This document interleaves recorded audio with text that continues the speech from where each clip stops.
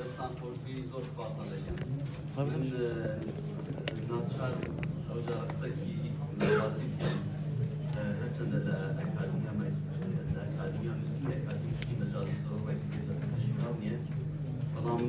بەجددی ئەو کوتانێکی ئێستا پێشکەشکران لێرە پێویستە ئاویزە بنووسێن من زۆر سپاسیان دەکەم من بەجددی بخۆم بە خزمەتکاری ئەو بەڕێزانە بزانم کە لە خزمەتی مێژوو سەرکردەکانی خۆیان لە مێژووی کەسێکی گەورە و سەلاحەتی ئەیوبی قسەیان کرد و باسیەکانیان بەرجەستە کرد زۆر سپاسمان دەکەم من بەڕاستی هەموو جار بە تابیانی بەشی مێژوو دەڵێم ئێوە مەحزوزن ئێوە کە لە بەشی مێژوون کە مێژووی خۆتان دەنووسنەوە کە مێژووی خۆتان دەکەینەوە بۆیە لێرەوە دیسان داوایان لێ دەکەم ئەو وتانێکە لێرە کران وتەی زۆر گرنگن باوتەی زۆر گرنگن بیکەنە من ڕێچکە و بیکەنە ینی سەرچاوی زۆر گرنگ بۆ خۆتان و من بەتابعەیان بکەن بۆ ئەوەی شوێنی ئەوانە بگرنەوە کە ئێستا هەموو ژیانی خۆیان بۆ مێژوو بۆ گێرەکەی خۆیان بۆ ئینسانیەت دەرخان کردووە زۆر سپاسان دەکەم من لێرەوە مەفروض ئەو قسانە لە ئاخیری سیمپۆزیۆمەکە بکەم بەڵام ناچاری لەبەرەوەی بۆ منەوەی بکەم هەیە لە هەولێر ناچارم بەجێتان دەهێڵم زۆر دڵم ناخۆشە کە بەجێتان دەڵێم ئەو زانا و ڕۆشنگی و ڕۆشنگرانە و عالمانە کە لێرە حەزم دەکرد تا ئاخر لەحزە لە خزمەتیان بم بەڵام ناچارم بەجێیان بەهێن زۆر سپاسان دەکەم و داوا دەکەم بەڕێزان لە سەرۆکاتی زانکۆ و ئەندامانی ئەنجومەن خەڵات و شارەکەم پێشکەش لێوە بەڕێز بکەم دووبارە زۆر سپاسان دەکەم داوا لێ بکەم کە بەجێتان دەڵێم زۆر سپاس بەخێر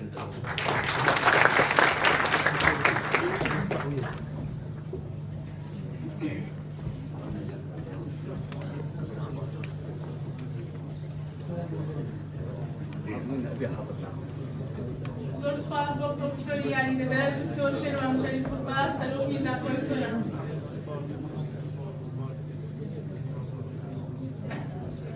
ئامادەبووانی قەدرگران ئێستاش پانێڵی سێیان بەڕێوە دەچێت بۆ ئەم مەبەستە داوانە بەڕێز مامۆستا هات سەرهات دەکەین بەڕێزیان بفەرموێت بۆ بەڕێوەبردننی پانێڵەکە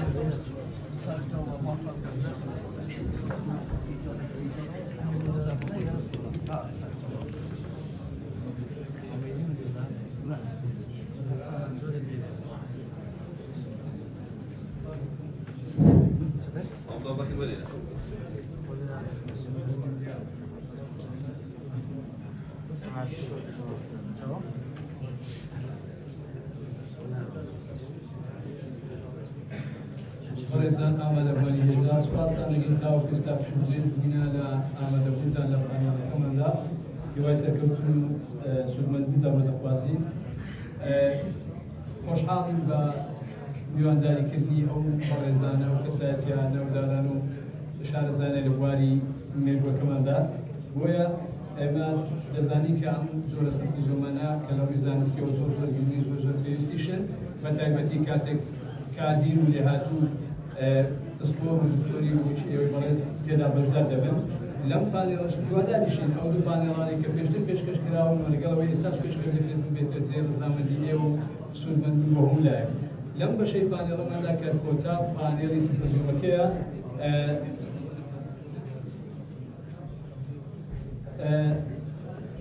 چوار ناونیشان لەلایەنە جیاوازەکانی کەسایەتی سەلاحەدین ئەیوبی سەرکردەی سەلاحەدین ئەیوبی خۆ دەگرێتن یەکەمیان لەژێر ناونیشانی ڕۆڵی ڕۆشنبیری سەلاحەدین لەلایەن پرۆفیسۆر دکتۆر ئاکۆ بورهان محەممەد ئەگە بەڕێزیان بفەرمی بۆ سەر ستێج سپاس دەکەین.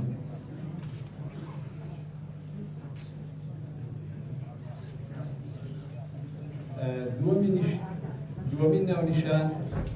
بە ناوی کورچی لە ئەزموونی سەلاحەدین فێربوو لەلایەن پرۆفیسۆر دکتۆر کەیوان ئازاد ئەنوەر ئەگەر بەڕێزیان بفەرمێت.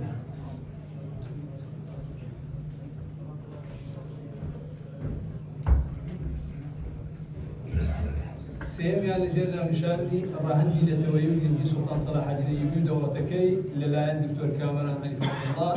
ئەگە بەڕێزیان بفەرمێت. چوارەمیان لەژێر ناونیشانی هەبوونا کوردی دەوڵەتە سەلاحەدینی ئەیوبی دکتۆر ئەمین دۆسکی ئەگەر بەڕێزیان بفەرمێت.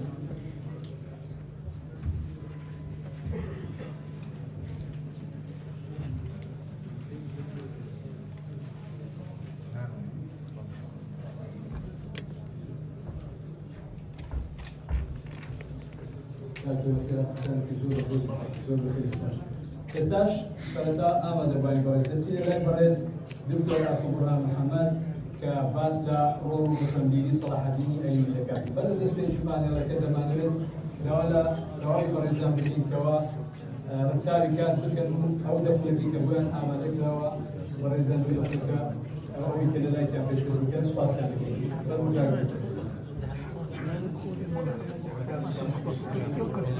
خير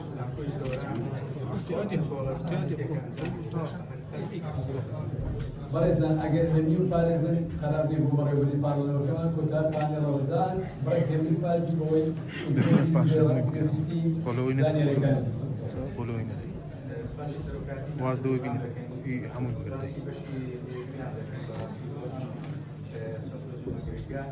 کۆڕی ئەوها بەڕاستی پێویستە بۆی کەسایەتی ناودار تێدا ئاماژە پێکرد و ئامۆژگاری خوێندەکانی من بە حقیقەت ئەوەم پێگرنگە پێش ئەوەی بەو دەدەقەیە کە زۆر کەم بەڕاست بکەم ئەم زۆرە کۆف و سمپێزم و ئەم کۆنفرانس و ئەم دیدارانە پێویستە ئێمە هەندی پێوەشی ئەمە نەبێت لێرە لەسەر کاغەز و کۆتایی پێ گرنگترینشت ئەوەیە سیاسیەکانمان بەڕای من سیاسیەکانمان گەورە پیاوانی دەوڵەت یعنی هاوڕێک لە مێژوو بدەنەوە بزانم کەسانی قەدرکرد کەسانی گەورە سیاسەتمەدارانی کوردی پێشوو چۆن ڕۆڕەوەی مێژویان بەڕێ کردووە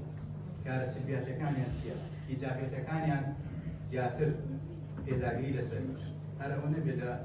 کۆڕێکی ئەو هاتن کەسانێک گوێ دەگرینەوە سەلاحەدین زۆری دەکات لە شاران و لە وڵاتان و لە زانکۆکاندا زۆر شت دەسێ وکراوە زۆر شت دەربارەی دەوترێت لە ڕووی سیاسی و سەربازیەوە زۆر باس کراوە من بە حقیقەت بیر لەوە کردەوەتم زان لە ڕووی ڕۆژنبیریەوە هەندێک شت باس بکەین ئەوەی کە پەیوەستە بە سەلاحەدینی ئەیوبیەوە کەسایەتێکی ئەوها دەوڵەتدار دامەزرێنەری دەوڵەتێک لە شێوازی ئیمپراتۆریەت ئایا چ مەجالێکی هەبووە چ بوارێکی هەبووە چ پاشکانێکی ڕۆشنبیری هەبووە کاتێک کە وڵاتێک لەوەی سیاسی و سەربازیەوە لە شەڕی لەگەڵ حکومەتیەکاندا ئایا ئەو مەجالێک هەبووە ئاوڕێک لە کولتور و ئاوڕێک لە بوارەکانی ڕۆشنبیری وڵاتەکەی دابداتەوە بەڵێ زۆریش بڵێ لەبەر ئەمە کاتی هەبووە کاتی هەبووە بۆ هەر لە منداڵیەوە سەلاحەدین کاتێک کە لەگەڵ باوکی بووە لەگەڵ مامی بووە لە تکریت لە بەعلەبەک لە دیمەشق لە مووسڵ لەو شوێنانە دواتر کە هاتوۆتە مەسر لە هەڵمەتەکانی ئەسەدیدین شێرکۆی مامیەوە ساڵەکانی 562 لە هەرچی هەڵمەتە سەربازیەکەی شێرکۆی مامی کە بە فەرمانی نوێی زەنگیش بۆ سەر پاچی مەسر بە کۆمەڵێک کۆکاری ئەو کات ئەم هەڵەی دەپۆستەوە بچێتە کوێ بچێتە بەر خوێندن چێ زانەی بەناوبانگ ببینێت لەبەرەوە وا پەروەردەکراوە نەجمەدین ئەیوبی مامی وای پەروەردەکرد هەر زانایەکی ناودار دەچێوە کوڕەکەم بڕۆ لەگەڵی دانیش فێرەشن هەر لە سەرەتاوە لە منداڵیەوە ئەگەشتەدات کە هاوڕێی گیانبەجیانی سەلاحەدین بوو لە کتێبەکەی نەوادری سوڵتانی ڕۆژ زۆر بەڕاشکاوی ئاماژە بۆ دەکات کە لە منداڵیەوە دەکرا بەر خوێندنی نووسین بۆی فێربێت هەر زانایە کە هەر شوێنێک هەبە پێیان بێت ڕاستەوخۆ دەینات باوکی دەینات دواتر خۆی دەچوو نەک بانجی بکات تۆ وەرە ماڵمان تۆ وەرە کوشتەکەمان وەرە دەربارەکەمان فێرە شتمان کە فێرە شریعەتی ئیسلامیمان خۆی دەچوو سوڵتانێکی گەورە خۆی دەچوو گومان لەوە دانیە لە دیارترین لە ساڵی 571 لە چەند ساڵی ئەو کاتی سوڵتان چەند ساڵێک لە سوڵتانی مصر سلطانی خۆی دەچێتە شاری ئەسکەندەریە دوو زانای گەورە لەو شارەدا دەبێت ئەبو طاهر مالەزینی سلەفی و ئەبو طاهر بن عوفی ئەسکەندەرانی پێچیان و عالمی فقه یەکتریان عالمی تەفسیر و حەدیثە خۆی دەچێتە لایەن ڕۆژانی پێنجشەم و هەینی و شەمە دەرسی لەلایەن دەکرێت لەو تەمەنە گەورەیە کاتێک کە سوڵتانی میسر کاتێک کە ئیمپراتۆریەتێکی گەورە بووە نەک ئەوان بان پێش بگاوە لە دەربارەکەم لە قاهرە دەرسی ئەمە هەر ئەوەندە نەبوو بەڵکو لە دوای ئەوەی کە خۆ سپەتەکرا کە خۆ سپەتەکرا ئەو لە تەمەنی 51 ساڵیدا بوو دوو زانای ناوجار لە شاری قودس بووینە پەیوەندی پێوە کردوونە کە دێمە لاتەن بەرنامەیەکم بۆ دانێت بۆی دەرس بکەیتەوە خۆی چۆنە یعنی چیە لە سەرکردەکانمان چێ لە کەسانمان کەسانی سادش لە تەمەنی 51 ساڵی جارێکی تر هەفتانە بە بەرنامەیەکی دیاریکراو لە شوێنێکی دیاریکراو دەچێتەوە بەرخوێنش ئەو پرسیارەکەی دەکەن ئەگەر زاتێکی ئەوها مەزن نەبێت ئەو هەموو مەشغەلەت و ئەو هەموو کارە سیاسیانەی لەبەردەستە لە شەڕێکی گەورەدایە لەگەڵ جیهانی ئەوروپی کە چی دەبینی مەجارێک بۆ خۆی ڕەقسێنی هەفتانە خۆی دانەبڕ جا ئەوە چیکە لە مەسەلەی دامەزرانی 6 قوتابخانەی دروست کردووە قوتابخانەکان شافعی بووینە حەنەفی بووینە مالکی بووینە قوتابخانەکان لە قاهیرە بووە لە قودس بووە لە عەکا بووە پەیوەندی بەهێزی هەبووە لەگەڵ زانایان ڕاتبی بۆ سەرجەم زانایان و بۆ شنبیران و ئەڵتوبا و مێژوونووسان و ئەدیبان و ئەوانە ڕاتبیانی بۆ بڕینەکەوە کە توانیان نەماوە لە کارەکان خۆیان بەردەوام بن خانەنیشین کران بارەی خانەنیشتنی پێداون جیاوازی نەکردووە لەناو ڕۆشنبیرانی جوولەکە و مەسیحی و موسڵمانەکان بە هیچ شێوەیە ئەوەندە بەسێکە معینی لە کتێبی ئەدارس فی تاریخ المەدارس دەقێکی هەیە دەڵێ زۆربەی هەرە زۆری داهاتی دەوڵەتی ئەیوبی دەچوە جیرفانی زاناکان بە هیچ شێوەیەک فەرامۆش نەدەکات زاناکان سپاس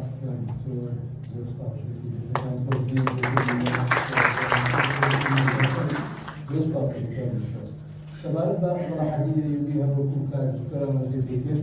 صلاح الدين الايوبي هذا من ضاليوه بروح عند الدراو فندني عيني كقران وتفسير حديث فرد دبوه ودوازاش صلاح الدين الايوبي كانت زكاه الصلاه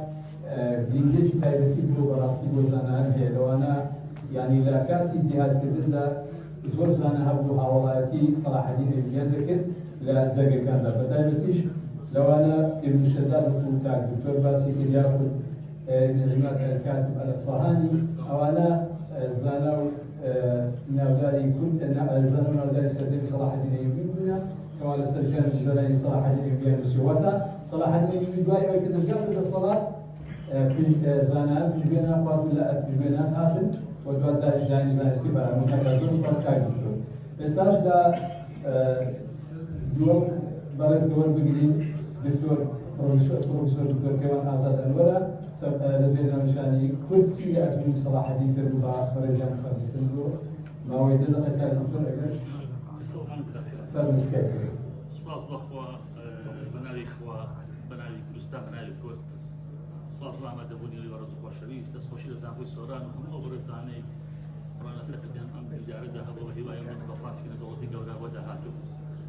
حفتة بيجستا تبي كذا غنات ملا ممالا كان دكتور طبعا بيز دقة جاز كان عندنا كاميرا عندنا كان دكتور لدو دقة عندنا ولا راح شون هالوشت دو دقة قلت والله بالله أكيد خليني 11 سنة فشكل أتومي كوريا باكوريا ناتم بدو دقة راح وشن مو استمنا أنا بدو بدو دقة بنشيل صعبي دلوقتي زوج بس الموضوع أنا حاولين اشتغل كجيل طيب كده أم مثلا ترجمة دو بشر كان ويسا أمادة كده كل شيء صعدي تبغى تشيل صعدي كلنا شيء كلنا هو شيء كده أو يبغى يشوفوا دراسة نستكر دوا أو يقول صعدي كده هو زور كثير كده كلنا يعني زور ما هو صلاح الدين درس أزمونة كاني درس شركاني اشتري بدأ خويا ما لم بداية سكنت بالداركة وبقيت بالداركة بدأ زور بقيت نخلق هذا زور يجينا عاسمان قدام زور بمعنى يعني صلاح الدين بلوفا قابلي غلطه قابلي غلطه سكرتير هم قال لك جوان نبوه ما قال ما انا اسف زور برس صلاح الدين سلطانك ايوبي دولتك صلاح السياسه اللي راس بوا شي زور لو جواني قدو طبعا شي غلط شي قدو زور تبعي يعني بغلط المغرب كانت غلط كان اخويا في مجلس زور اساسيه سكرتير غلط كان دولته غلط كان مشان انسان غلط يا بنت فرحمنا مثلا كل شيء لو كيف هو طبعا انا يقول برا زاني كيلو ثاني سنه سوي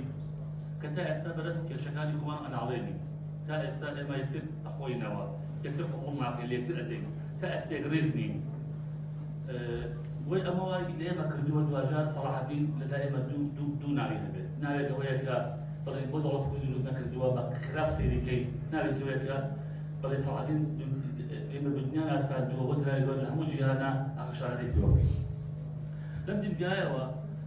إما كسبي مجوخة ما دخلين ذاك صالح الرابط ده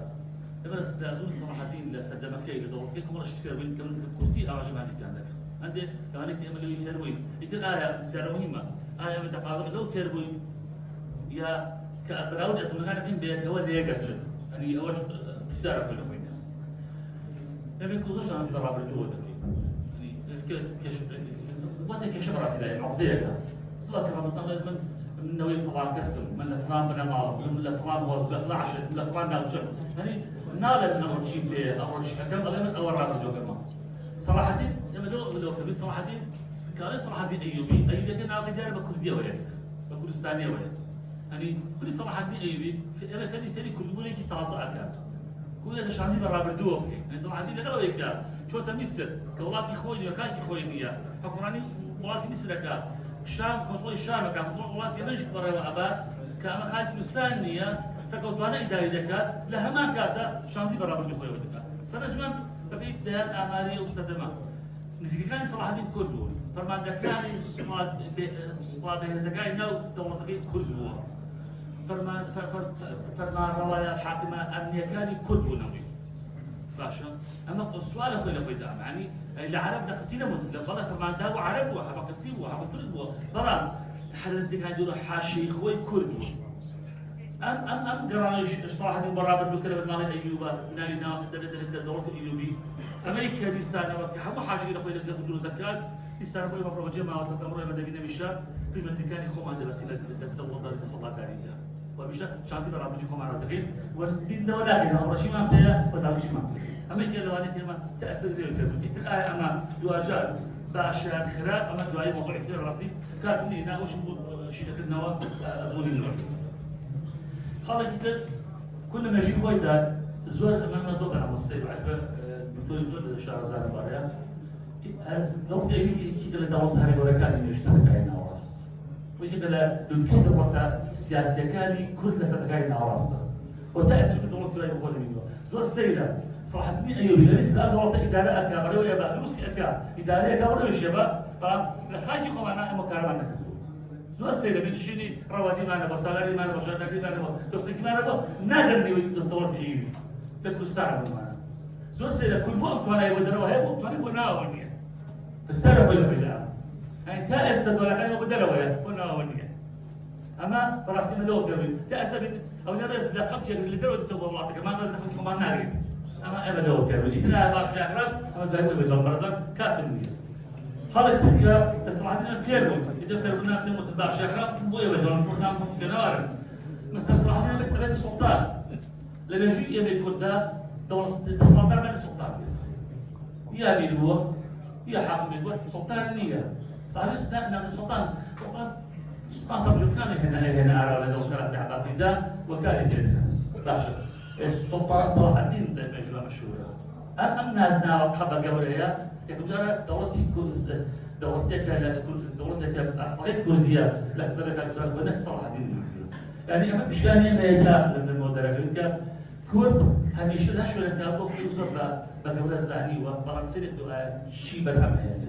يعني بكردي هم مزانا زي ما أنا زي لزانا لكير جاية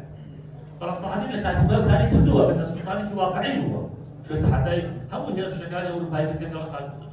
مكان ودواجات أو إذا بخلك على سين أجراء بكرة لما يجوا قطبي إيميديا كم دورتي كردية الموجودة دستگاهی که آسایش زور بهزی هست دستگاهی که آسایش کنار یزگا دستگاه حاضری آسایشیه دستگاهی که ابو الحجاج سليمي حسباني برای که خوی کرده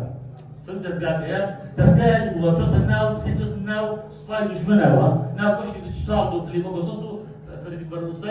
إبراهيم ألمانيا دستگاه وجود ناو دام دستگاهی خارجکار بۆ بزانێ خاجانە سوپاکیان چەندەیە توانایان چەندەیە چەکیان چەندەیە چییە بەرنامەکانی شەڕیان چۆنە ئەم دەستگایە ئەم جەرگێکی سەربازی هەڵگری بوون چۆنە یەکەی دژمنەوە بە سەعادە سەرکەوتەکانی لە شەڕی خاجەکاندا بەم ئەزموونەوە بوو ئەمە ئەمانیەت وێتە بۆ لە کوردستانی ئێمەدا ئیکەرەوە دەستگای شانسی لەم دەستگای ئاسایشە ئەنداسە وڵاتانی تر دێنە وڵاتی خەڵکی تر دێنە وڵات ئێمە ئەڵێ ئاسایشێکی تەواو سەقاگیرتان هەیە ئەم ئەزمونە ئاسایشەکە لەکان نوێژی ئەم حاڵتەمان هەیە دیسانەوە لە سلەو و مەبەجەوەشی لە ئەو تاریخە ئەو دەستگای ئاسایشی گەورەیان بۆ شێوەیە نییە ئەم لە کوردستانی خۆماندا شانسێکە زۆر بازە بۆ شانسی بۆیکردنەوەیەکە لە هەرێمی کوردستاندا ئاین و ئاینزەکان ئازادن چەندین ئاین و ئاینزە هەیە چەندین پێکاتی جاجات ئازادی ئەشین و ئازادی کارەکانی خۆیان لەبەرجێکن مەسەلەی سەلاحەدین ئەیوبیدا سەلاحەدین ئەمە بووە سەلاحەدین ئەیوبی سەد بارێوێک لە مەزهەبی دەوڵەتی ڕێبازی شافعی بۆ لە مەزهەبی سونە بەڵام ڕەز لە ئاینزەکانی تر کردووە ڕەز لە مەسیح جوولەکە و قوانینە اشتباسی موضوعات لا كواتا أمدهم لم أصبح لك صحابي قولي ما بديش توا وتشوت ناو ناخذ قرار خصوصا ما راح سبارك أول كاري تركي راس أول دكاترة من مكان صلاح الدين أيوبي ولا مشان ولا ليس ولا مشان ولا كمان فيها حربتين ذيك صلاح الدين أيوبي بلام أجد بي سير مجنساني فما ممكن بشي زوني أول كي استحي دا بزنس صلاح الدين أيوبي يعني أبو ممكن نويل ياخذ يشكش كردني راستي وحكتك صلاح الدين أيوبي يعني ولا ما يكدوا أو نيراني صلاح الدين ولا ما يكدوا كمان أو نشان الجديد ممكن يقدرنا أما دواني بعض مو مثلا لو أنا زمان درست كيف كلمة جديدة كان يكون لأن أشتكي في درسي صار من جهة صلاح الدين أيوبي كذا لو أي صار كرسمة ألمانيا لألمانيا أو ذاك سألي صلاح الدين أيوبي بوديا بيجي لو كان يوم كشمان در مرسل سكوتي صلاح الدين أيوبي لا هو كان يعني أو يعني مجنوسان يقوم كسر وشبيه كان يكون رسول ده درس صلاح الدين أيوبي يبدأ هو كان يدانا ناوي شان الإنسان أمانة لسروي ردانو أو من ناوية كوان مجنوسان يعني وان بكان قبل صلاح الدين كان بس كان يشوفون بكان سيرشان لنا مشان رهندي يتويد في سلطان صلاح الأيوبي للاين زور برز دكتور كامران نسأل الله أجا برزان فريدن بناء خير مشهورين جربان خصوص باسبو زانكوي سوران ماذا قبل قصد بي من حظ كان بفيوة الفرس كان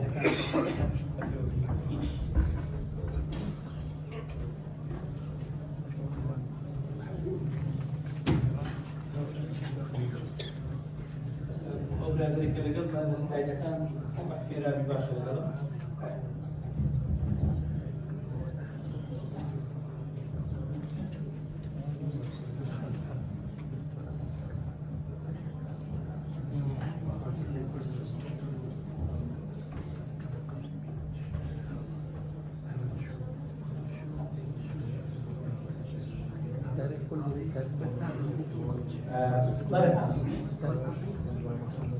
ئێمە ڕاستیەکی خاشە هەڵەگر دەزانین کەوا مەسەلەی پرسی نەتەوەیی یان باڵێن نەتەوایەتی کردوێکی خواهی لە ناوناخی هەموو ئینسانێکدا ئەو حاڵەتە هەیە بەڵام کاتێکەوە دەگەڕێتەوە بۆ مێژوو بۆ سەردەمی سوڵتان سەلاح الدین لەنەیەک دێ دەبەرچاومان کە ئەویش مندانی دوو جیهانی بژوەیەکە کە جیهانی مەسیحی و جیهانی ئیسلامیە کە ئەو کاتە ئاین زاڵ بۆ بەسەر ترسە نەتەوەیەکان لەبەرەوە ئەگەر ئاین زاڵ بێ بەسەر مندانەکانی ڕۆژهەڵات و ڕۆژئاوا ئەوە مانای ئەوە نییە کە هەست و جوڵە و حەرەکەی کەسە یان بەڵێن جوڵەی کەسەکان هیچ ڕەهەندێکی نەتەوەیی لێ نەبێتەوە خۆشەویستان هەمومان دەزانین لە 564 کاتێک سوڵتان سەلاح الدین بوو بە وەزیری دەوڵەتی فاتیمیە خلافەتی فاتیمی ڕۆڵی فەقێ و یاڕواڵی شەرەحزانی کورد ئیسای هەکاریان ویلایەت دەکرێت کە بە ئەندازیاری دامەزێنەری دەوڵەتی ئەیوبی هەژمار دەکرێت کاتێکەوە لەگەڵ هەر یەک لە کەسایەتیەکانی یان سەرکردەکانی زەنکی کە لەگەڵ ئەسەدیشیان خۆی مامی سەلاحەدینە هاتوونە مەسڵ هەر لەوێ خۆشەویستان ئەوانەی کە دەیانەوێت بنفکە ناقەڵم بێنە هەموو ئەوەی کە دەمەوێت بیڵێم ناتوانم بێڵێم بەڵام ئاماژە دەکەم بەسەر چاوەکان بگەڕێنەوە بۆی بخەلەکانی فارکە عیان بگەڕێنەوە بۆ ئەبو شامە ڕەوزێن فی ئەخبار الدەولەتین بگەڕێنەوە بۆ ابن ئەسیر ئەکابر في التاريخ ئەو حقائق و ڕاستیانە دەبینن زۆر مەزەقی کاتێکەوە شەرەزانی کورد فەقێ ئیسای هەکاری هەڵدەسێت بە کارێکی دیبلۆماتکاری گەورە کە لەگەڵ ئەو سەرکردانە قسە دەکات کە هەر یەک لەوانە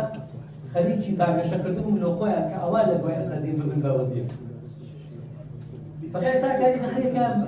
بەتەنیا قسەی کرد لەگەڵ مەشروعی هەکاری قسەی کرد بە حکمی یەک قەبیلەیە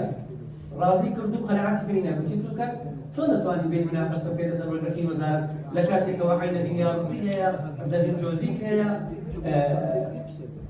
بڵێم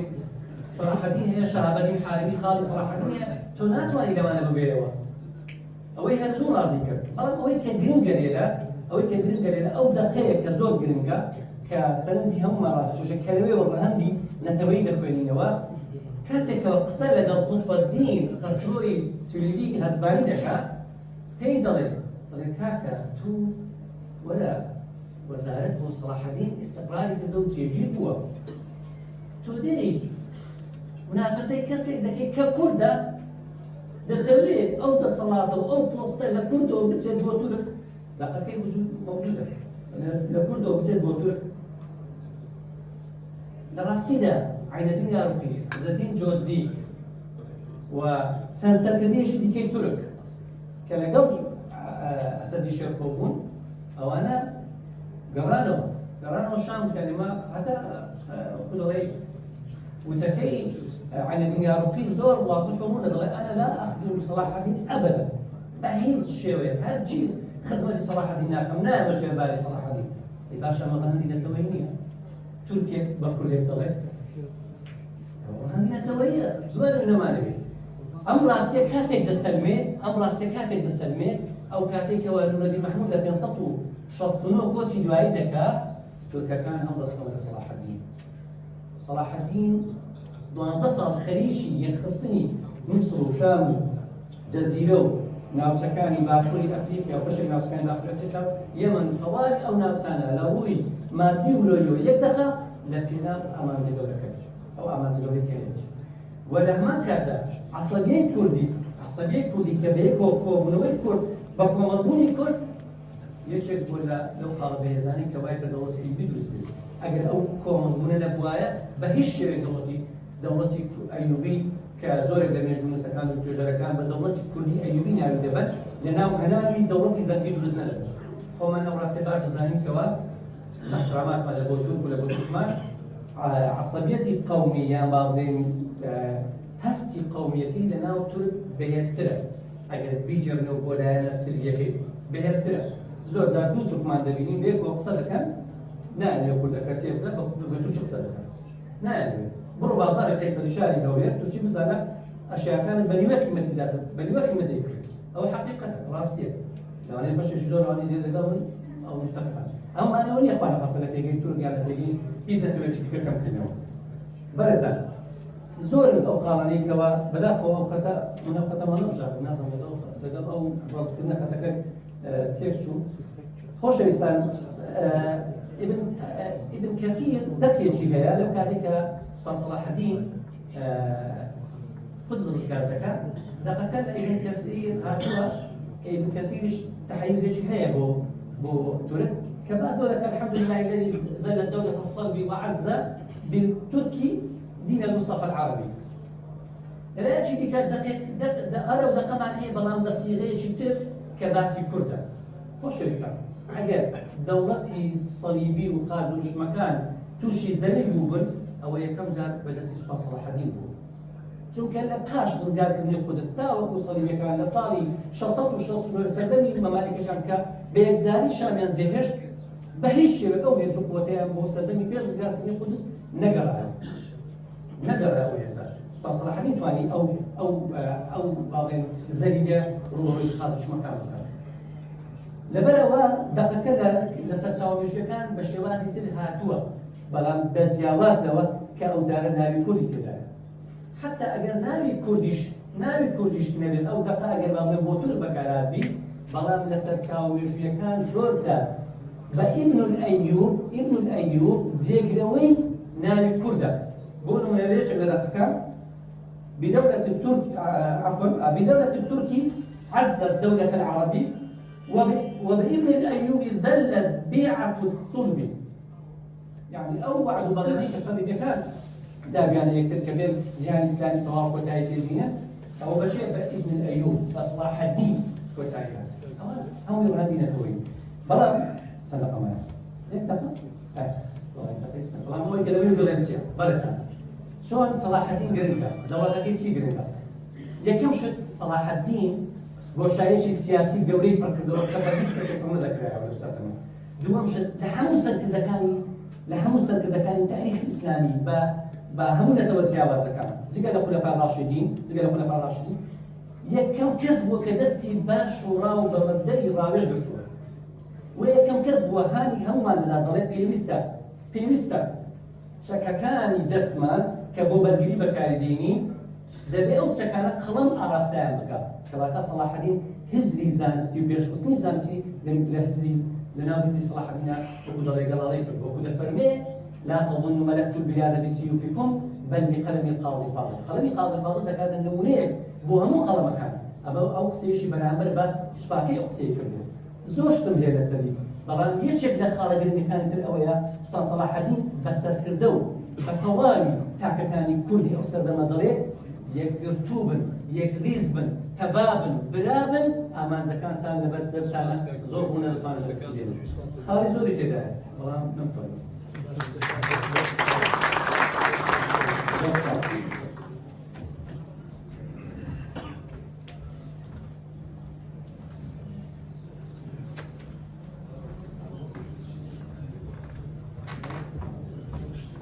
دەست خۆشیکار دکتۆر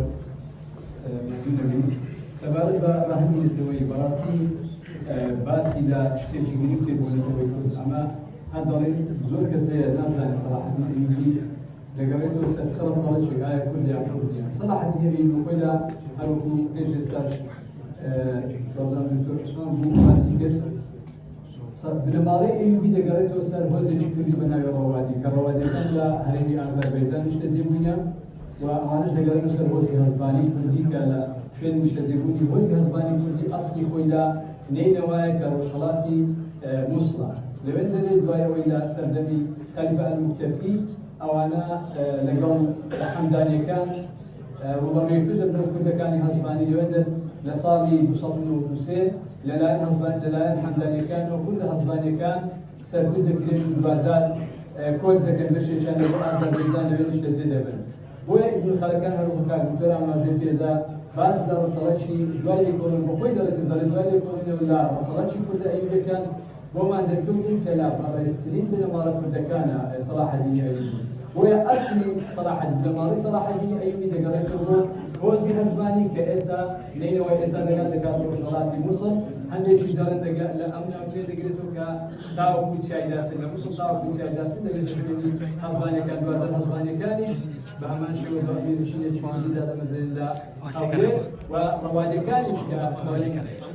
صلاح الدین ئەیوبی بنەماڵەی صلاح الدین ئەیوبی دەگەڕێنەوە ڕەوادەکان ئەوانیش بە هەمان شێوە لە هەرێمی ئازەربایجان دەتوانن دەوڵەتێک دابمەزێن و ئەوەی لەوەی گرنگتر دوایەوەی صلاح الدین ئەیوبی دەست بەسەر میسڕدا دەگرێت هەستی لە دەواتی صلاح الدین ئەیوبی لێرە بەدەر دەکەوێت بەڕاستی ئەوەیەکەوە کە دەچێتە مەسڕ لە مەسڕ ئەوانەی کە سوپایان تێکێناوە مەغاریبەنە سوودانیەکان لەگەڵ عەرەبەکان بەڵام دوایە کە صلاح الدین ئەیوبی دێتن زیاتر پشت بە کوردەکان و بە تورکەکان دەبەستێتن نەک ئەوانی دیکە واتە کوردەکان لە خۆی حتا سێکتەرە گرنگەکانی دەوڵەت کە وەزیرە یاخود دیوانە یان مەسەر چاودێری دیوان یان دادوەرەکان ئەوانە ئەمان دەگۆڕێت ئەوانی کوردن ئەوە دەینتە سەردەسەڵات و ئەمەش نیشانی ئەوەیە کەوا صلاح الدین ئەیوبی هەستێکی کورزایەتی و ئەوەی لە هەبووە زۆر سپاس بە دکتۆر دارەشی پێش مازوێنی شدادي شوادي وشدادي أنا بس روادي يمكن بس من أذربيجان بلام شدادي كان يجي قريب السر روادي باشا استاش كوتانا ونشان للايات دكتور ثمين دوسكي بناي همونا في كل الدولة صاحب اليوبي وغريزان كرمتن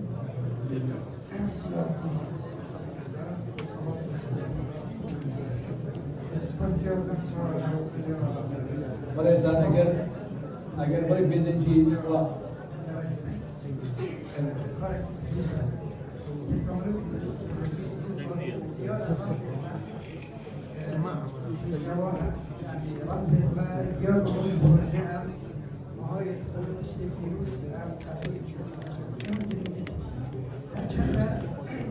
هرچند دوام استاد يعني دوري كردي جودو كردي كارتي كرنا قيادية كردي دولة صلاح الدين الأيوبي دوام استاد تقريبا بس هذه المحاولات يعني سردك معلوماتي يعني بزانينا وكسردك چند دوره خود قيادية كرد هبي جورا مثلا ناحية عسكري ناحية أمني ناحية صحي دولة كردية يقول صلاح الدين أيوبي كرد هر چند هر بنماوی دار هبون بودی اموینا شوانا اسماعیل برازای صلاح الدين الأيوبي كرد تخطي نوع خوشی که او معز لدين الله محصلش که أبا بشتين ادعاء خلافات كل يمني يعني قلت اموينا تقول شيء مثلا الأئمة من قريش هي يطاقف وهرچند خصلتك تحسينية بابت السلطة خصلتك ضرورية ويكش يعني بابت بحث الدكتوراه ده فكر المقاصد يعني أو صفات الإمامي عندك تحسينين عندك حاجين عندك ضرورية أولا أفصل خصلات التحسينين يعني هذا برابر ضروري نشيو بيجي ادعاء خلافات الجد إلا بيجي نحن من البيت بس قال انت هل صلاح الدين ومامي الملك العادل انكار بتشتيتا وكي يعني في مصادر ضد النشأة العليانة وكي مستوي ومجابي دوي وقت ويا منافسات سر وزارته دولته فاطمي وتركوا كرد منافسة صلاح الدين الأيوبي كري الولد دق صريح وقت ضياء الدين الحكاري قلت يا قطب الدين خسرو أمشي كرد هفاني وهفاني قلت شاهدت منافسة ميتي چونكو بقوة أو أولادنا برازاي شركوية يعني نحيا القوة والشركة إسرا تبدأ مصر الطوريزيتا منافسة مينا كتشكو بابا جديد بلدنا وبابا مثلا نتوي تركي وكرد أسمع صحاب يا كوبي چرا بدون منافسة صلاح الدين الكي الولي حتى طبعا عمري بعد يوم كاتو بيجي بس كده بابا جديد قالك الكريم يا صلاح الدين الأيوبي يعني هو بابا بنماء الشريعتي أو بيت الشريعتي بابتها تفيش بابتها كتحسين إلا هكا بيني بتهيز بوري بهند تشتر يعني شريعة بنماء الشريعتي وكي شوري عدالته وكي رزقنا القرآن تيجاشتنا القرآن كبنا بنماء كبنا تعاليم لشرع أيوة خودان سر كزدت خودان لو أو خونزي تشكونزي تركم بوري تتشيا تربية دوام هرور دوام بريتوي كوريتوي تصميم فالمرة وقت يعني بيجي دوري كردا جلك بود يعني دوري كردا مشه بيجي 8 صدي دولة أيوبي دا كرد بود بس ما معنى أغلب سر أساسا كي بس ينتوي صرف لا سر أساس كفاءته سر أساس باقجي دلسوزي فهمتي أوليسي كي خودرة چونكو بري صلاح الدين ووزارة والفكري بوبروي نجم الدين أيوب ومامي ويشيركو يعني صلام درسوز بون فوق بون دسبوت بون قيادي بون سرشده بون بلكو أو بينا أجركو أف صلاح الدين تشدري صلاح الدين شعبتك نهار يعني هم هو صفة حتى نور الدين زنكي تأسيس صلاح الدين الهجو بلكو سرشده بيبو يعني پیشروی نحوه سیاسی هر وصل يعني پرورداریش يعني عدالت و حقوقی خویشا صلاح الدین يعني صلاح الدین الایوبی اخلاق و دادپروری خود را نموذج کردی بوی زنکی دولت ایوبی در دولتوی تنشئت کردی و چه فالفنا يعني اوی وقت کرد دول برای حکم کردی سر اساساً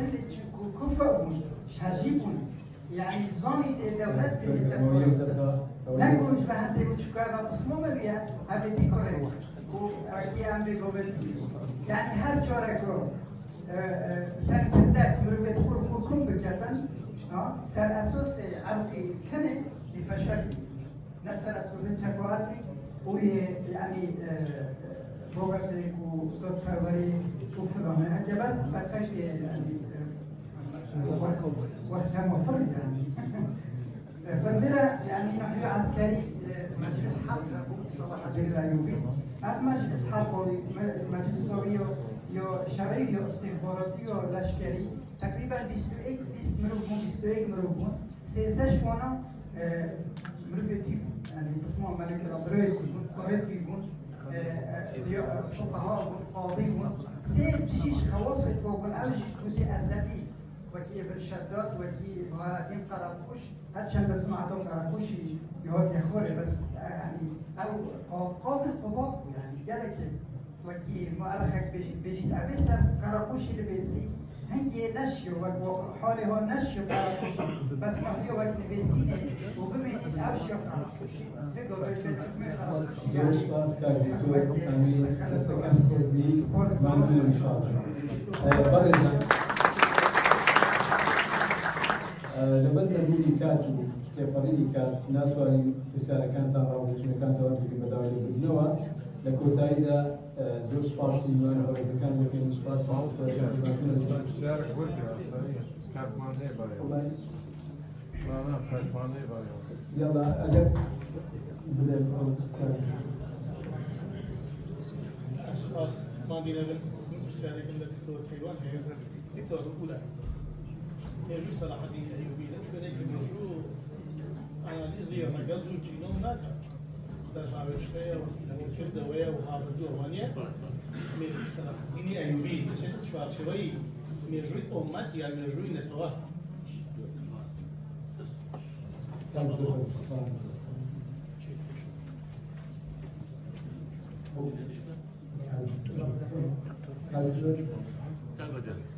راس شيء نتولى أو كافرين سوري على مكان تعرف لو هناك يا أستاذ نتولى أو معلش نزلنا هنا ناس راس كلامنا في إسلام يشتغل جزنا صلاة أقبل دوري أمر بدوري التواتي مقارنة صلاح الدين كيف يا أيها الناس يقولون يقولوا صلاح الدين وخوي وجمالك يقولون التواتي نتولى لكن بدوري أمر تدور مقارنة بابو راسيني إنها بقول صدق يكون خير حاضر حتى ما نلاقي صلاح الدين موجود موجود ورجعنا أو أنت ما نبوك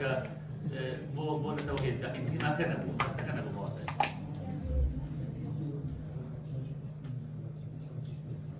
لسه خوش والله كان من يكسر شيء بدأتي بجي ما مسكندراني دكتور الشروشيتي وكان اللي بضروري من وكان هناني شمكينة توي وتحبردان ولا واقعات أبدا سكايبي نعم بالراندي نتوي بالراندي كردون نعم وشي كردون كرداتي جمهورية وكاميني كبروي لروي نتواتيوا نتواتي بتشوي دوتري كاتي ناس نامي دروس تبي خيالتي بريني وإمبراطوريتي جديد أخوارها لبيا شيء دروس تبي دولتي نتوي هم شرط دروس تبي لسر أساسي جوازي وناس نامي هموش نتوي داواكاري سياسي تبي داواكاري سياسي كله دولتي هم شرط قادر دروس تبي كدولتي هم شرط كبرندي إمبراطوريته لكاتبه أو هستير جوا هستك هبوا بلام هستي نتوي نبوا يا معنى نتوي نب يعني بمجوري كيساي متيجي آخر رسالة مصطفى ده أو دكتور مصطفى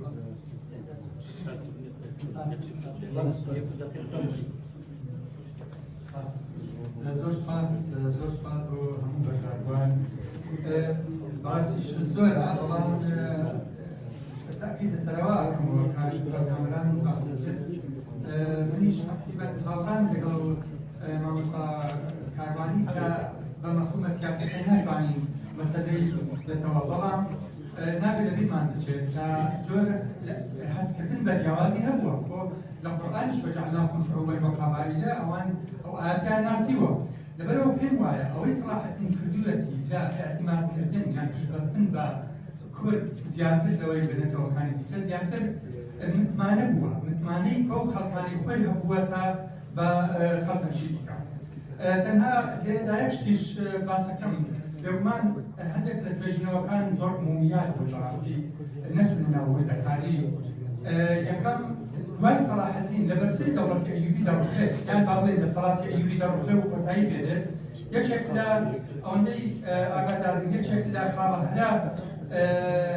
نێگەتیڤەکان کوڕەکانی سەلاحەدین لەناو خۆیان وەکو دەرگا کورد نەیانتوانیوە یەک بن و ئەو دەسەڵاتی توێژین یەک خاڵەتی کردووە. یەک مەسەلەی حەڵتین بەس بۆ زانیاری جەنابەتان مەسەلەی حەڵتین لە سەرچاوەیەکی ئینگلیزی ئەو وشە لە چێوە هاتووە کە سەلاحەدین لە معرکەی حەڵتین هجوومەکەن زۆربەی ئەو هێزەی کە لەگەڵیدا بووە ئەمانە کورد بوون کە هجوومەکەن هێرشەکەن ئەڵێن هاتین. اینجا لەوێوە هاتین تەمان عەرەبەکان نەیانتوانیوە تەلەفوز بکەن هاتین وتیا وشەی حەڵتین لەو هاتینەوە.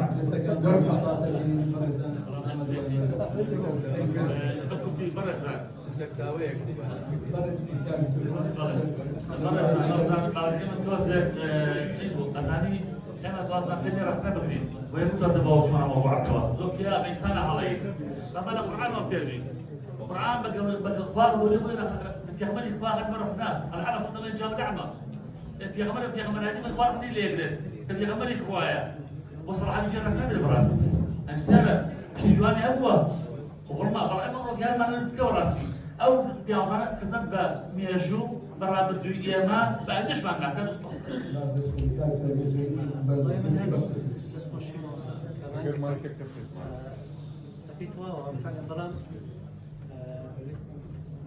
بەڵام دەتوانم بڵێم سوڵتان سەلاحەدین لە چاو بێرنشینەکانی پێشە خۆی و لە چاو بێرنشینەکانی دوای خۆشی کە لە سەردەمی عوسمانی دروست بوون ئەو مەرحەلەی تێپەڕا چونکە توانی تەواوی قەبایل و هۆزە کوردیەکان یەک بخات لەجێ سەرکردنەوەی زۆری نییە یعنی زۆری نییە ئەوانەی کرد ڕۆلیان کردەوە هەموویانی تۆ کردەوە لەژێر سەرکردایەتی خۆی و ئەو پرسیارەش مامۆستا بەرەزە کردی هەموو ئەو دەستکەوت و خاڵە بێزانەی کە لە سەردەمی سوڵتان سەلاحەدین هەبوون لە سەردەمی دوای سوڵتان سەلاحەدین نەمان بۆیە دەوڵەتەوەی گرۆفا یەکێک لەو خاڵانە چ بوو؟ یەکێک لەو خاڵانە لاوازبوونی پێگەی کورد بوو لەناو دەوڵەتی سەلاحەدین سێشترم ناوە هەر دەبی بیکەم ئەوە هەر دەبی حەتمیە ئەگەر بە هەر نەوەی چونکە لەوێ لەبیرم کرد خۆشەویستان محەممەد صالح جمعە سووری یەکێکە لە ئەندامانی پارتی دموکراتی سووری لە ساڵی 2014 لە کەناڵی ڕووداو برای ئەو تەفاسیلە خراوەتە ناو کتێبێک کتێبە خۆباتینیە بە ناوی سەلاحەدینی ئەیوبی قارەمانی کورد و دیاردەی جیهانی کتێبەکە ئەمن خۆم هەمان موجودیشە لەمە کتێبەکە باسی دەڵێت ئەو پیاوە نزیک بە 14 ساڵێک لەگەڵ مەلا مستەفای بارزانی بووە لە منطقەی باڵەکایەتی دەڵێ ماوەیەکی زۆر لەگەڵ مەلا مستەفای بارزانی مامەوە ئێمە لەو ماوەیە دەرفەتمان زۆر پرسیارمان لەبارەی زۆر شت لە مەلا مستەفای بارزانی کرد دەڵێ یەکێک لەو پرسیارانەی کە من خۆم کردم لە مەلا مستەفای بارزانی وتم جەنابی بارزانی تۆ لەناو هەموو سەرکردەکانی جیهان بە کام لەو سەرکردانە معجبی دەڵێ بەبێ یەک و دوو بەبێ یعنی بۆستان وتی من بە سوڵتان سەلاحەدین ئەیوبی معجب بووم دەڵێ من وەستا خۆم تحلیلی خۆم ئەوە بوو وتی گوتم لەبەر دوو ڕەهەندە لەبەر دوو لایەنە یەکەمیان لەبەر مەسەلەی سوارچارچی و ئازایەتەکەی لە مەیدانی جیهاد و عەسکەری سەربازی دووەمیان لەبەر ڕەهەندی نەتەوەیەکەی لایەنە کوردبوونەکەی و لەوەش دکتۆر محەممەد ساڵح دەڵێت لەوەشەوە وەستام زیاتر تێگەیشتم کە مەلا مستەفای بارزانی ڕەنجی زەرد کە بووە ئاڵای شۆڕشی ئەیلول و دواتر ئەو بازش هەردووچی لە سوڵتان سەلاحەدین ئەگەر بە کورتی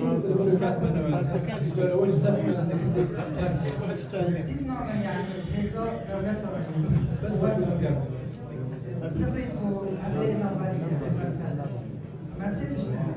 تقديس تقديس الشخص او الشيء او الفكر. يعني ما بيروز كرنا سيدش تغير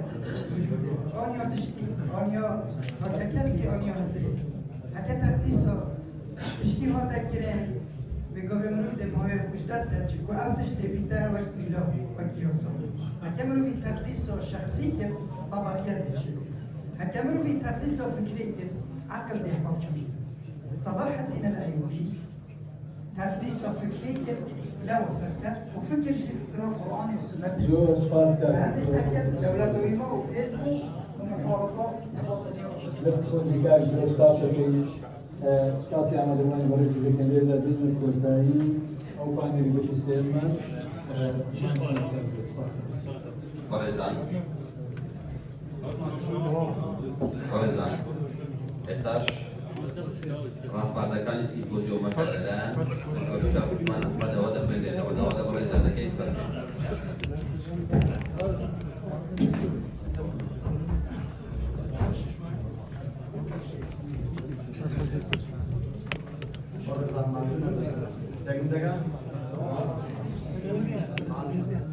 دەستخۆشی لە هەموو لایەک دەکەم هەموو لایەک زۆر زۆر سپاس الحەمدولێلا ئەوڕۆ ساڵانچیە بە سەرکەوتووی تەواو من بەر لەوەی ڕاستپارەکان بخۆنەوە ئیزم دەبێت ئێوە بخوازن تەنها یەک دوو ڕاستی هەیە لە بۆ مێژوو بێڵێن وبەر لە دەربڕینەوەش دەبێت ئەو هەستەی خۆم دەربڕم کە زۆر خۆشحاڵم ئەوڕۆ بەشێک لەو مامۆستایانەی کە دەرسیان بەم گوتێت لە ماستر سلا خدا بەکالۆریۆس کە ئەو بەکە دەبینم لێرە ناوەڕاستی ئەو لەون زۆر دەرفەتەشی یعنی هەستێکی خۆشە سپاسان دەکەم و یەک ڕاستی هەیە لە بۆ مێژوو دەبێت بێڵێن یعنی ئێستا ئێمە لێرەکە ئەو ساڵاچەمان کرد بەڕاستی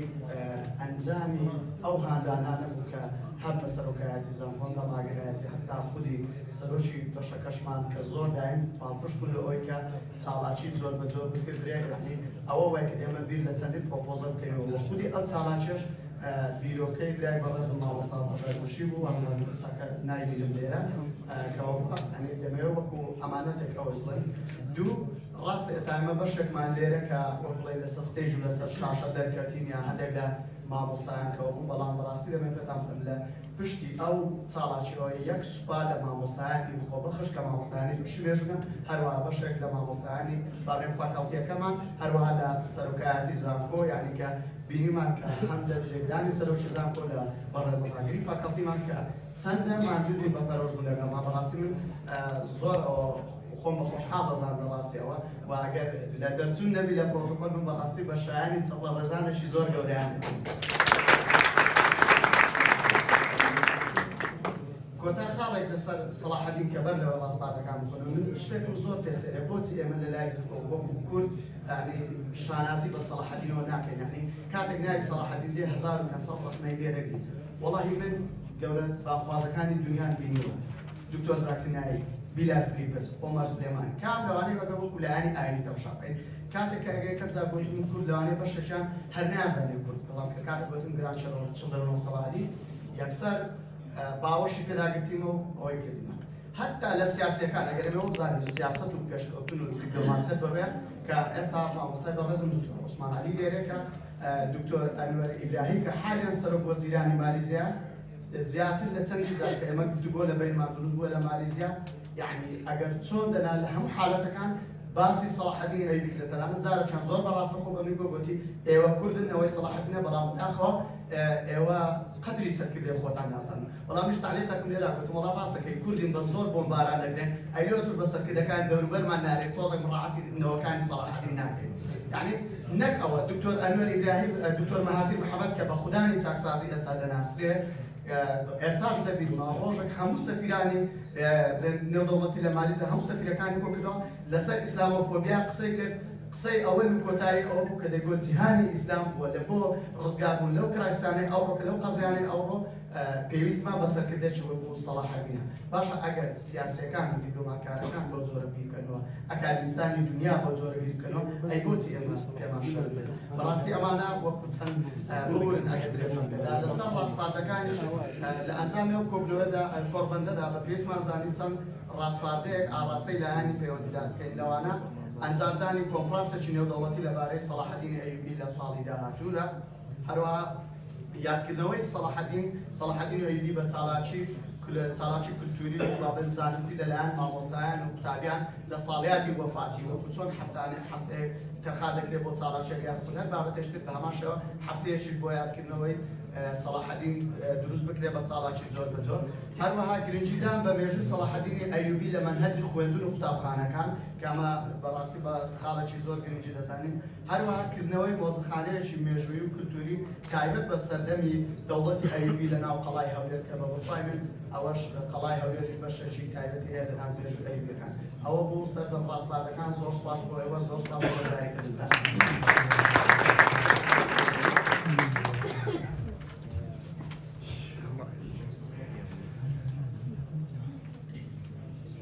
هێژیان لە کۆتاییە ڕێوەشمەکەماندا بڕوانامەی بەشداربوون بە بەشداربوانی تۆزیۆمەکە دەبەخشێت بۆ ئەم مەبەستە داوا لە بلای هێژا خۆشەویستمان پرۆفیسۆر دکتۆر سیروان زەند یاریدەری سەرۆکی زانکۆ بۆ کاروباری زانستی دەکەین ڕێزیان فەرمێت.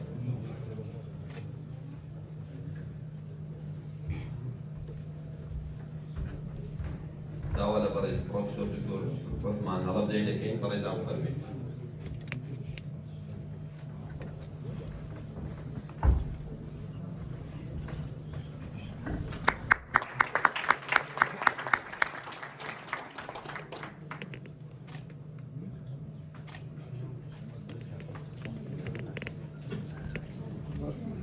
داوا لە بەڕێز پرۆفیسۆر دکتۆر کەرەمان محەممەد عامێری دەکەین بەڕێزان فەرمێت.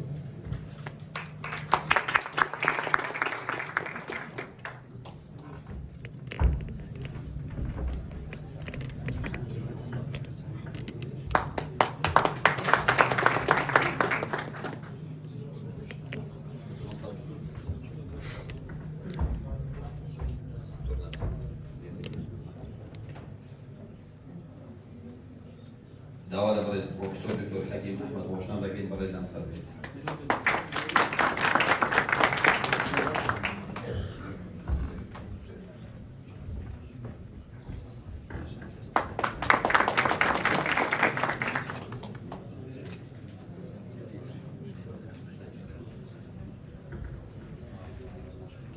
داوا لە بەڕێز دکتۆر ناسر مولا جاسم دەکەین بەڕێزان فەرمێت.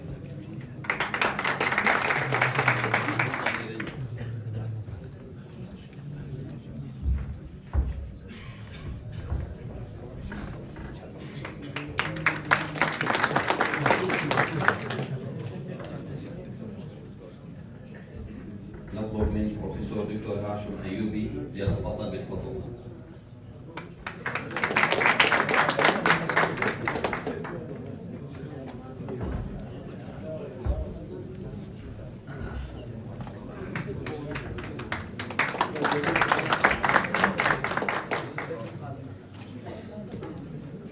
داوا لبرز بروفيسور دكتور فتحي مريدة كي بلدان فالمين. دكتور فتحي.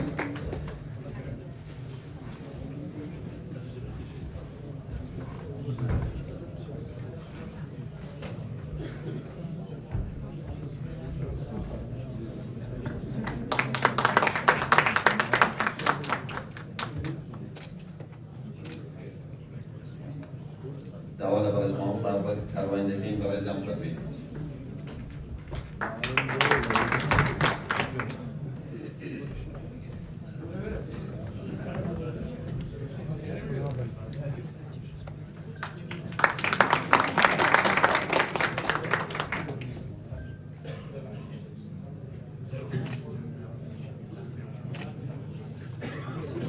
زور سپاس بۆ پرۆفیسۆر دکتۆر سیروان زەند یاریدەری سەرۆکی زانکۆ بۆ کاروباری زانستی. دکتۆر کاسان عەبدوڵڵا حەمەد دەکەین بەڕێزیان فەرمێن و سەرسەکۆ. داوا لە بەڕێز پرۆفیسۆر دکتۆر ئاکۆبڕان محەمەد دەکەین بەڕێزان فەرمێن.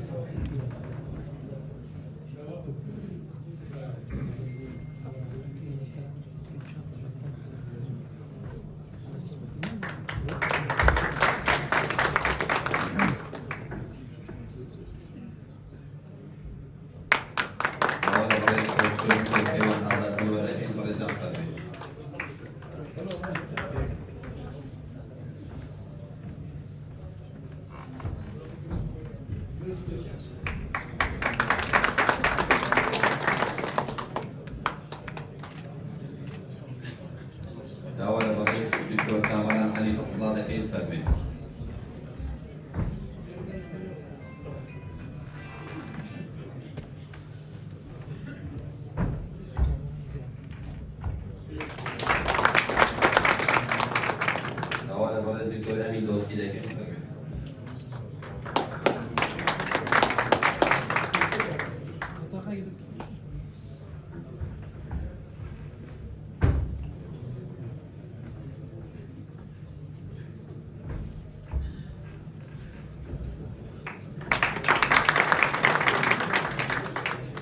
دعوة برای پروفسور یارد دکتر حمزه کاکیاسین دکیم برای زن فرمید.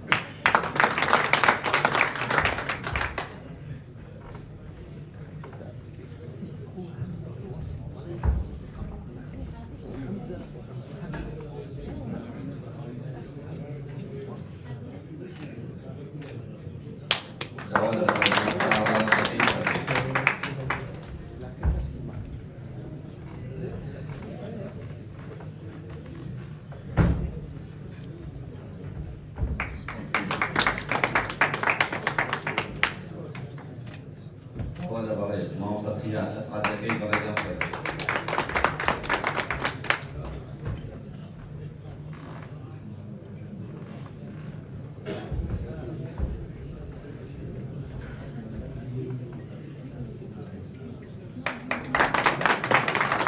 دعوة برای ما وصل عبدالله عبد الروشي دكين برای زن فرمید.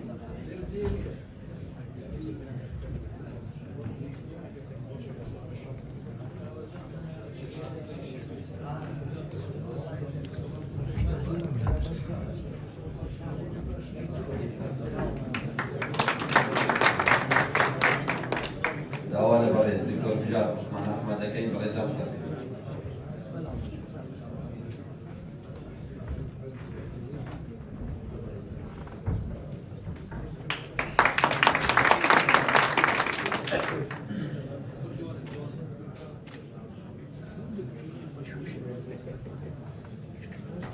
زور سپاس بۆ دکتۆر کارمەند عەبدوڵڵا ئەحمەد ڕاگەی بابەتی ئێستا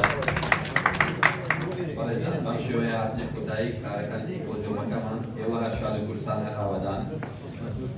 دکتۆر وێمامی زەمانی بگرێ باش لە دەرەوە